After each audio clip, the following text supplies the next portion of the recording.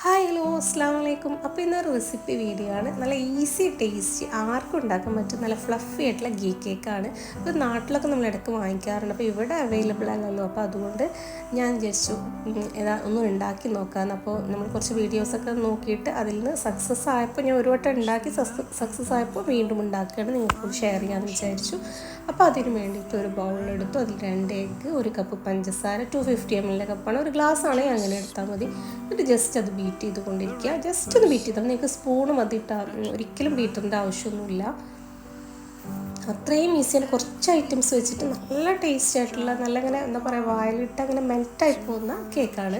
പിന്നെ നമ്മൾ ഗ്യാസിൽ കുറച്ച് വെള്ളം വെച്ചോ തിളക്കുന്ന കണ്ട ഈ ഒരു ബൗൾ അതിൻ്റെ മുകളിലോട്ട് വെച്ച് കൊടുത്ത് അതിൻ്റെ കളർ ചേഞ്ച് ഇങ്ങനെ ഇളക്കിക്കൊണ്ടിരിക്കണോട്ടോ, ഇളക്കാതെ നിൽക്കരുത്. എന്നിട്ട് പിന്നെ അത് കളർ ചേഞ്ച് ആകുമ്പോൾ വീണ്ടും പഴയ പ്രോസസ്സിലോട്ട് കൊടുത്തിട്ട് നമ്മൾ ഗ്യാസ് ഓഫ് ചെയ്ത് കൊടുന്ന് വാനില എസൻസ് 1 സ്പൂണ്, പിന്നെ ഒരു പിഞ്ച് ഉപ്പ്, 1 സ്പൂണ് ബേക്കിംഗ് സോഡ ആവശ്യമില്ല, അതും കൂടി ഇട്ട് കൊടുത്തിട്ട് അതും ബീറ്റ് ചെയ്യുക. പിന്നെ 1 കപ്പ് ആ സെയിം ഗ്ലാസ്സിൽ തന്നെ 1 ഗ്ലാസ് മൈദ എടുത്തിട്ട് അതും ജസ്റ്റ് അരിച്ചിട്ട് ഇട്ട് കൊടുക്കുക. 2-3 വട്ടമൊന്നും അരിക്കേണ്ട, അതൊക്കെ ക്രീം കേക്കിനല്ല. അപ്പോൾ ഇതിന് ആവശ്യമില്ല. അതിൻ്റെ കൺസിസ്റ്റൻസി പറയുമ്പോൾ ഇങ്ങനെ ചെയ്താൽ മതി, 1 വട്ടം അരിച്ചു കൊടുത്താൽ മതി. എന്നിട്ട് ഇതെല്ലാം അരിച്ച് റെഡി ആയിട്ടുണ്ടെങ്കിൽ ഒന്ന് ജസ്റ്റ് മിക്സ് ചെയ്ത് കൊടുക്കുക.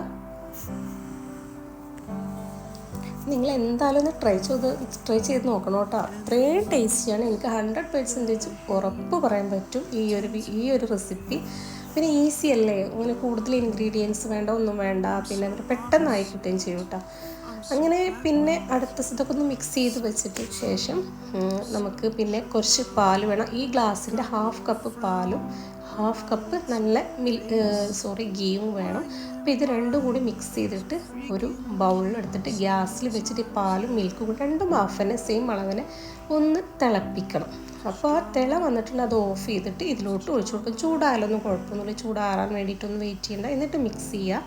എന്നിട്ട് പിന്നെ ഞാനൊരു കേക്ക് ടിന്നെടുത്തു. അതിൽ ബട്ടർ പേപ്പർ ഇട്ട് ജസ്റ്റ് നെയ്യ് തടവി കൊടുക്കണം ആ ബട്ടർ പേപ്പറിൻ്റെ മുകളിൽ. എന്നിട്ടൊന്ന് ടാപ്പ് ചെയ്തിട്ട് ഞാൻ എൻ്റെ അവളിൽ വെച്ചു. നിങ്ങൾക്ക് ഗ്യാസിലാണ് വെക്കുന്നത്, അതൊന്നും കുഴപ്പമില്ല. ഒന്ന് ജസ്റ്റ് ഒന്ന് പ്രീ ഹീറ്റ് ചെയ്ത് കൊടുത്താൽ മതി. ഗ്യാസ് ആണെങ്കിലും ഒരു 10 മിനിറ്റ്സ് ഒന്ന് പ്രീ ഹീറ്റ് ചെയ്തിട്ട് അതിനുള്ളിൽ സിമ്മിലാക്കിയിട്ടൊരു 25 മിനിറ്റ്സ് വെച്ചിന് കേക്ക് റെഡിയാണ്. കണ്ടില്ലേ, നല്ല ഈസി ആയിട്ടുള്ള, എനിക്കിത് 25 മിനിറ്റ്സ് കൊണ്ടാണ് ആയിട്ടുള്ളത്.